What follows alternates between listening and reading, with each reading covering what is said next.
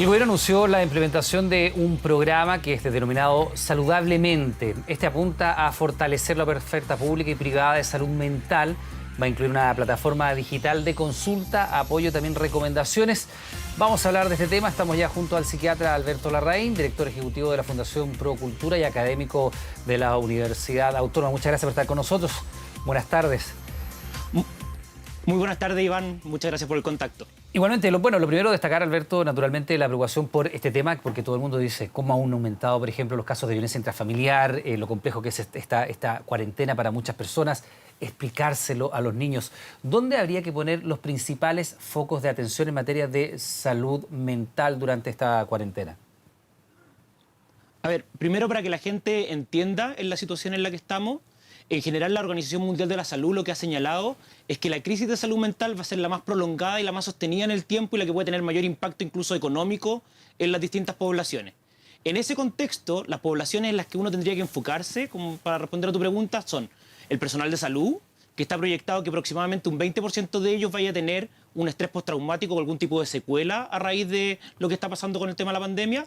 Segundo, las mujeres, como tú bien señalabas, en relación a todos los temas de violencia, en la mayoría de los países el incremento ha sido en torno al 30% y aquí mismo en Chile hemos tenido cifras de incremento bastante importantes en los últimos años. Una tercera población son todas las personas que ya presentaban enfermedades o tenían cuadros de salud mental y que la interrupción de su tratamiento o las dificultades para poder brindarle cierta atención puede hacer que se complejicen y puedan requerir en el fondo ciertas adecuaciones de terapia. Un cuarto grupo muy importante son los niños, las niñas y todo el contexto escolar. Básicamente los colegios hoy día son un espacio importante de angustia, no solamente por lo que está pasando en las casas respecto al tema de la teleeducación, sino porque los mismos profesores hoy día están implementando un sistema al que nunca habían estado acostumbrados. Y el último grupo que es relevante de abordar son las personas mayores, que efectivamente podrían tener un número importante de enfermedades mentales a raíz de que son la población más afectada por la pandemia, pero al mismo tiempo porque muchas veces el trato o las estrategias que establecemos con ellos no son las más adecuadas. Alberto, entonces ahí hay 5 grupos de los cuales preocuparse y por el orden de lo cual nos estaba señalando recién, el personal de la salud. Aproximadamente un 20% de ellos va a manifestar síntomas parecidos a los del estrés postraumático. Mujeres, por el tema de la violencia intrafamiliar, las personas que tienen enfermedades de base, los niños y las personas adultas mayores, probablemente las que viven más bien solas. Por ejemplo, en el caso del personal de la salud tan relevante en el manejo de esta crisis sanitaria, ellos van a empezar a desarrollar masivamente esta sintomatología una vez que pase todo el tema del coronavirus, o podrían estar dándose cuadros complejos durante esta misma crisis. No, podrían darse, como tú bien dices, cuadros durante la misma crisis y por eso es que el llamado es que todo el abordaje de salud mental tiene que partir desde ahora. Nosotros tenemos que además tener una conducta activa respecto a la pesquisa y no solamente esperar a que alguien nos relate o nos revele que tiene algún síntoma. En general las personas, y eso tiene que ver un poco con el estigma de la salud mental, esperan a que esta situación esté bastante reventada, por decirlo de manera coloquial, y solamente acuden a pedir ayuda o a pedir asistencia cuando el tema está muy desbordado. Entonces la recomendación, tanto para los distintos grupos, es que el Estado tome una conducta activa, el sistema de salud tome una conducta activa y que eso permita efectivamente ir pesquisando los casos y generar un sistema de acompañamiento bastante integral. Alberto, con el hashtag Noticia24 nos van a ir llegando las preguntas, pero mientras, ¿a qué ponerle atención? ¿Cuáles podrían ser las sintomatologías? Por ejemplo, una persona que está ahora viéndonos, convive a lo mejor con una persona de tercera edad o tiene niños a su cuidado. ¿De qué manera uno podría empezar a detectar que se está generando un problema de salud mental en algún familiar, en algún ser querido, en algún cercano con quien nosotros compartimos, ya sea el hogar o un ambiente laboral? Para que toda la gente no se vaya a asustar, hoy día todos tenemos algún tipo de trastorno de nuestra salud mental por estrés o algún trastorno del sueño o algún nivel de angustia, y eso es normal en relación a lo que estamos viviendo. Todos, pero efectivamente, perdón, como señalaba Iván... Alberto, todos estamos manifestando alguno de esos síntomas, dice usted. Todos.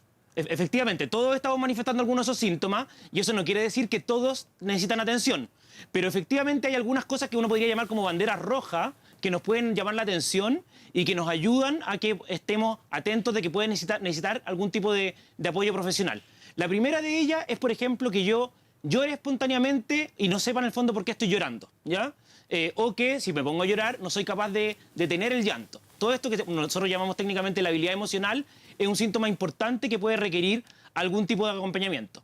El segundo es que el nivel de angustia sea muy intenso y que me imposibilite desarrollar mis actividades del día a día. ¿Ya? Entonces ahí hay una gama bien importante de síntomas, donde lo más fuerte es lo que la gente llama la crisis de pánico, donde hay una sensación de muerte inminente, donde se aprieta el pecho, donde me sudan las manos y muchas veces en el fondo las personas en esas condiciones necesitan pedir ayuda. Una tercera bandera roja tiene que ver con que yo, actividades que antes podía hacer, que yo disfrutaba y que me gustaban y que eran cotidianas, hoy día ya no tenga ni la fuerza ni la energía para poder realizarlas, ni tampoco las disfrute. Cosas que eran muy cotidianas. Por ejemplo, voy a poner un ejemplo muy casual, los adultos mayores en el fondo ya no disfrutan estar con sus nietos. Cuando los llaman o incluso los que viven con ellos ya no los están disfrutando, y eso puede significar que efectivamente hayan algunos cuadros que estén incubando ciertos temas más bien depresivos y que requieran ayuda. Una cuarta bandera roja es que francamente yo empieza a tener deseos de querer desaparecer. Entonces el malestar o la angustia que presento, yo empiezo a tener ideas de querer no estar, y que en la quinta bandera roja puede ser francamente una idea de querer morir, ¿ya? Entonces, en cualquiera de estas 5 condiciones, usted debiera o tomar contacto con el consultorio, con un psicólogo, con un médico, incluso con un terapeuta ocupacional o otros profesionales de la salud que lo puedan orientar y que puedan ver cuál es la magnitud en el fondo del problema que usted está enfrentando. Alberto, estas banderas rojas, claro, son todas muy preocupantes, pero naturalmente y van aumentando, ¿no? Desde esta cosa de perder a lo mejor el deseo o el goce frente a estas actividades que uno realizaba normalmente, como usted decía, las personas de la tercera edad a lo mejor ya no están disfrutando de los nietos, o el que leía ya no le gusta leer, o el que hacía actividad física ya no tiene la fuerza, pero pasar incluso en esta gradación hasta la sensación de desaparecer o eventualmente incluso tener ideas atentatorias. Vamos a profundizar en eso, pero tenemos preguntas con el hashtag 24. Nos escribe Alejandro, dice, bueno, ¿y qué pasa con el grupo de trabajadores de empresas esenciales que siguen prestando servicios de manera normal? El estrés del traslado, etcétera. Nos ha tocado mucho conversar con trabajadores que se sienten muy angustiados con tener que salir a la calle, ir a trabajar, ir en el transporte público. Incluso nos tocó conversar con algunos trabajadores de la salud, esta situación tan estresante, estar todo el tiempo en contacto directo con el coronavirus. ¿Qué pasa con estos trabajadores, Alberto? Bueno, efectivamente, estos trabajadores, así como las otras poblaciones, lo que requieren son ciertas estrategias que las empresas tienen que poder implementar, donde efectivamente se solidaricen los riesgos, se solidaricen en el fondo las pérdidas que se pueden tener. Es muy importante en todo el contexto de salud mental que la condición que está más medida hoy día, como ser un factor protector, es que uno, se considere que estamos en una situación de excepción, y segundo, que la población efectivamente que está hoy día, que tiene que trabajar, la gente que recoge la basura, la gente que da los suministros eléctricos, que trabaja en el sistema sanitario, sienta que está siendo acompañada y que se están tomando los resguardos necesarios para que ellos puedan desarrollar bien su función. Porque efectivamente nosotros hoy día tenemos una condición en que hay una serie de servicios que están siendo dados, y eso es porque hay gente que está trabajando en ella, y tenemos que ser capaces nosotros de valorar su esfuerzo, pero al mismo tiempo de poder dimensionar cómo están ellos en el día a día y poder acompañarlos. Sus preguntas con el hashtag Noticias24 para el psiquiatra Alberto Larraín. Volvamos al tema de estas 5 banderas rojas, Alberto, mientras siguen llegándonos preguntas, naturalmente muy complicados. Hay mucha gente que ha manifestado sintomatología, por ejemplo, de alteraciones del sueño. No pueden dormir, necesitan medicamentos para dormir, quedan hasta altas horas de la noche. Incluso uno ve en redes sociales gente muy activa a las 3:30 de la mañana, 4 de la mañana. ¿Qué pasa con ese tema, no? Es una complicación completa. Incluso el teletrabajo para algunos ha significado un desorden en su agenda porque están todo el día pendientes, no logran conciliar el sueño, no está diferenciado bien el ambiente laboral del ambiente familiar. ¿Cómo nos va alterando todo esto? Bueno, tú lo has dicho bastante bien, Iván. Efectivamente, acá hay varios temas que se empiezan a conjugar. Lo primero es que el teletrabajo y la teleeducación no es una situación que nosotros hayamos elegido voluntariamente, sino que irrumpe sorpresivamente, y eso obviamente altera toda nuestra rutina. Hoy día además estamos haciendo una cuarentena, y eso hace que la mayoría de las personas tengan problemas para dormir. Yo diría que probablemente es uno de los trastornos mentales más frecuentes hoy día. ¿Qué le podemos decir a esa gente? Primero que nada, que el sueño es muy importante porque efectivamente genera algún impacto en términos de el ánimo que puedo tener o las actividades que puedo estar desarrollando. Y el sueño es una actividad continua respecto a las actividades que yo hago durante el día. Entonces, aquí algunas recomendaciones para que las personas puedan tratar de seguir en su casa. La primera es que si yo dormí mal durante la noche y al día siguiente duermo siesta, lo más probable es que la estructura del sueño, que se estructura en base al día y la noche, se vuelva a alterar. Entonces, primera recomendación, no hay que dormir siesta por ningún motivo. Yo sé que en general nos cuesta. Lo segundo es que durante el día hay que tener una rutina. Y eso implica que en la mañana yo me levanto, me ducho, me cambio ropa y no me quedo, por ejemplo, con pijama durante todo el día, y que al momento de desarrollar mis actividades, como tú bien señalabas, busco un espacio en la medida de lo posible donde yo pueda desarrollar mi actividad laboral. Y eso incluso puede ser, si vivo en una casa muy pequeña, con muy poco espacio, definir una silla en el fondo donde yo diga, mira, cuando yo me siente en esta silla voy a estar trabajando y eventualmente cuando esté en otro espacio no voy a estar trabajando. Generar ciertos límites de horarios que donde sobre todo para las mujeres son bastante difíciles. Las mujeres hoy día están muy sobrepasadas. El informe de Naciones Unidas que salió la semana pasada lo que señala es que el 60-70% de las mujeres hoy día presentan estrés por el tema de la pandemia, a diferencia de los hombres que solo un 35%. Y eso tiene que ver un poco con la sobrecarga laboral y los múltiples roles que están generando. Una cuarta estrategia que pueden generar las familias es entender que después de las 6 de la tarde, todas las cosas que tengan cafeína, como las bebidas cola o el mismo café, no deben consumirse y los estímulos deben empezar a disminuir. ¿Qué estímulos pueden disminuir? Por ejemplo, el brillo de las pantallas. Ojalá no exponerse a temas de música o película o programas que sean extremadamente intensos o llamativos. Yo he sugerido varios estos días que ojalá las personas no vean películas como Virus, Pandemia, un montón de películas que hemos tenido personas que han presentado crisis de pánico después de verla. Este no es un momento de exponerse, sino tratar de reducir un poco el estrés que estamos viviendo día a día.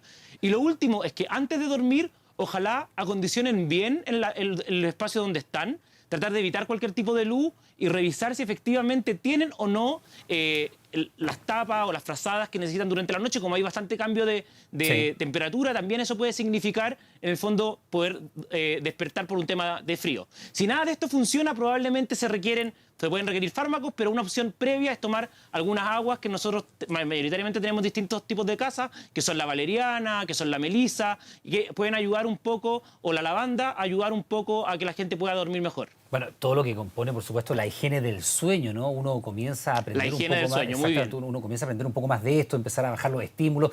Estamos con Alberto Larraín, psiquiatra, director ejecutivo de la Fundación Procultura, académico de la Universidad Autónoma. Más preguntas, Alberto, a ver si las podemos responder con el hashtag 24, nos están llegando. Nos escribe Marcela, dice, yo estaba en tratamiento por crisis de pánico y ansiedad y todo empeoró. Duermo mucho, como mucho, me cuesta dormir y todos los días tengo dolor de cabeza.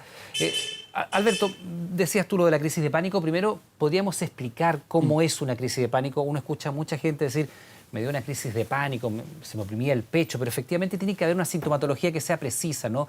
Porque hay mucha gente que a lo mejor puede creer estar sufriendo crisis de pánico y a lo mejor ser otro síntoma. Primero, ¿cómo es una crisis de pánico? ¿Y qué le decimos a Marcela? Dice que ella estaba en tratamiento por crisis y ansiedad y ahora todo ha empeorado. Le cuesta dormir, tiene dolor de cabeza a diario. Para que la gente lo entienda bien, la crisis de pánico es la situación más grave que puede tener uno dentro de los trastornos ansiosos, y los trastornos ansiosos son los trastornos psiquiátricos más frecuentes en Chile. En torno al 10% de la población tiene algún tipo de trastorno ansioso. La crisis de pánico, como tú bien señalabas, Iván, tiene ciertas características especiales. Lo primero es una sensación de muerte inminente. Y la gente, cuando te conversa y te explica eso, te dice, mira, yo sentía que me iba a morir. Y por eso es que, además, la crisis de pánico, que se acompaña generalmente con un dolor como retroesternal y una opresión en el pecho, principalmente en esta zona, generalmente también es un diagnóstico de descarte donde nosotros a priori tenemos que tomar un electrocardiograma para estar seguro que la gente no está teniendo un infarto, porque los síntomas son bastante parecidos. Lo segundo es que se acompaña de algunos síntomas accesorios, donde pueden estar mareo, sudoración de las manos, dolor de cabeza, incluso alguna náusea o vómito. Tienen que estar ambas situaciones acompañadas y en general duran no más de 40 a 45 minutos. El problema que tiene en el fondo es que genera mucha angustia y la crisis de pánico per se requiere un tratamiento farmacológico y un tratamiento de largo aliento. Pero la mayoría de las veces requiere además una psicoterapia. Entonces, ¿qué le podemos decir a Marcela que nos escribe? Que lo más probable es que ella requiera intensificar el tratamiento que estaba recibiendo. Lo más probable es que requiera aumentar un poco sus remedios. ¿Por qué? Porque el estrés es un gatillante y un desestabilizador muy importante de la salud mental. Y por eso requerimos, en el fondo, en estos momentos sobre todo, controlarla más seguido y ver la posibilidad de potenciarlo. Hoy día hay una serie de líneas telefónicas también que se han puesto a disposición, donde el gobierno ha instalado una desde Salud Responde, donde distintas organizaciones como la Fundación para la Confianza, Katy Samer, Todo Mejora, la Fundación Míranos, en el fondo especificada en salud mental de adultos mayores, que han puesto a disposición líneas de apoyo psicológico para aquellos que no pueden acceder rápidamente a una atención psicológica puedan contar con este apoyo y que les pueda ayudar a disminuir los síntomas. Alberto, no sé si podemos funcionar a modo de consulta, porque hay mucha gente que está efectivamente mandándonos sus preguntas. Por ejemplo, nos dice María Beatriz Fuensalida, para que leemos el consejo, tenemos otra cantidad de preguntas esperando en línea. ¿Cómo manejar la irritabilidad de los escolares? Los niños están más irritables. ¿Cómo manejarlo? Mira, es verdad que están más irritables. El informe de Naciones Unidas dice que el 40% de los niños están irritables. Entonces, lo primero es tener claro que este es un momento especial. Cuando tenemos mucho estrés, no solamente estamos más irritables, sino que disminuye la atención, disminuye la concentración y nuestra capacidad de realizar cosas es peor. Entonces, este es un momento bien especial donde las capacidades para aprender son menores. Entonces, la recomendación es generar una rutina, pero una rutina con flexibilidad. Hoy día el momento más importante no es el aprendizaje respecto a contenidos, sino la capacidad de aprendizar procesos y cómo los niños van a incorporar a su biografía este momento del que se van a recordar toda su vida. Entonces, primero, ver cuánta es la demanda que yo estoy generando respecto al tema escolar o respecto a la situación familiar misma en la que yo estoy viviendo. Segundo, preguntarle a los niños y las niñas qué les está pasando, qué están sintiendo y qué es lo que entienden que está pasando. Muchas veces esta irritabilidad puede ser, por ejemplo, porque tengan miedo respecto a que algo les pase a sus padres o porque eventualmente ellos estén enojados, por ejemplo, porque no pueden ver a su abuelo. Entonces, poder canalizar respecto a lo que ellos sienten y poder validarlo es muy importante para poder darle una salida estructural al tema de la irritabilidad. Alberto, una particular. ¿Qué pasa con la ansiedad? Ya voy con esta que está en pantalla. ¿Cómo manejar la ansiedad? Me tomo con gente que dice, oye, me comí un paquete de galletas recién, no paro de comer, estoy ansioso. ¿Qué le decimos a la gente que también siente la ansiedad y no sabe cómo satisfacerla? Porque evidentemente están muchos de ellos confinados en sus casas, encerrados. ¿Cómo manejar esta situación? También, ¿cómo se le explicas a un niño? Mira, ¿Cómo le explicas al niño que no tiene clases, no puede ir a ver al amigo, que no puede ir a sus compañeros, que no puede ir al abuelo? ¿Cómo manejamos la ansiedad? Hay que explicar, en el caso de los niños hay que explicárselo en sus propias palabras, ¿ya? Yo siempre digo que una buena estrategia puede ser hacer un dibujo con ellos y tratar de explicarle en el fondo que efectivamente hoy día estamos en una situación de salud preocupante, pero que ellos no corren mayor riesgo y que lo estamos haciendo por los adultos mayores. Respecto a la ansiedad, yo te diría que es un tema de harta flexibilidad. La semana pasada salió un reportaje del New York Times donde decían, varios especialistas decían, miren, este es un momento de no preocuparnos de las dietas. Efectivamente, poder en el fondo lidiar con todo lo que estamos lidiando y además estar ultra preocupados respecto al número de calorías que estamos comiendo, ¿no? Es difícil. Lo más probable es que la mayoría subamos un par de kilos durante la pandemia y es ahí donde tenemos que tratar de ver cuáles son las estrategias que más nos acomodan. ¿Cuáles son algunos canalizadores importantes de ansiedad o de estrés? Para las personas, por ejemplo, que tienen mascota, los animales son muy buenos compañeros y efectivamente ayudan a canalizar todo el tema de las emociones. Acompáñense de ello. Las pequeñas personas que puedan adoptar alguna mascota también en este periodo puede ser una muy buena estrategia. En gran parte de los países del mundo, los animales que están en adopción se han ido acabando. Lo segundo es que aquellos que puedan desarrollar un deporte, aunque sea en un espacio pequeño, aunque sea levantar un objeto durante el día, 15 a 20 minutos de poder aumentar la frecuencia cardíaca y sudar un poco, puede ayudarme a poder disminuir la ansiedad en lo que estoy teniendo. Lo tercero, muy relevante, todos tenemos alguien, perdón Iván, todos tenemos alguien que nos ayuda y que nos calma, que es un espacio como de seguridad. Un amigo, la pareja, un compañero de trabajo, un familiar. Este es momento de intensificar el contacto con esa persona, tratar de hablar por lo menos 15 a 20 minutos diarios, contarles cómo estuvo el día, contarles cómo me estoy sintiendo. La gracia de las emociones es que las emociones son contagiosas.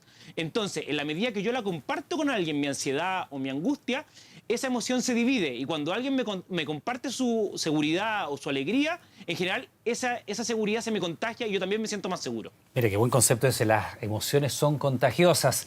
Alberto Larraín, director ejecutivo de la Fundación Procultura, académico también de la Universidad Autónoma, muchas gracias por estar junto a nosotros. Quedaron un montón de preguntas, así que probablemente lo vamos a seguir contactando, ¿eh? Muchas gracias a ustedes.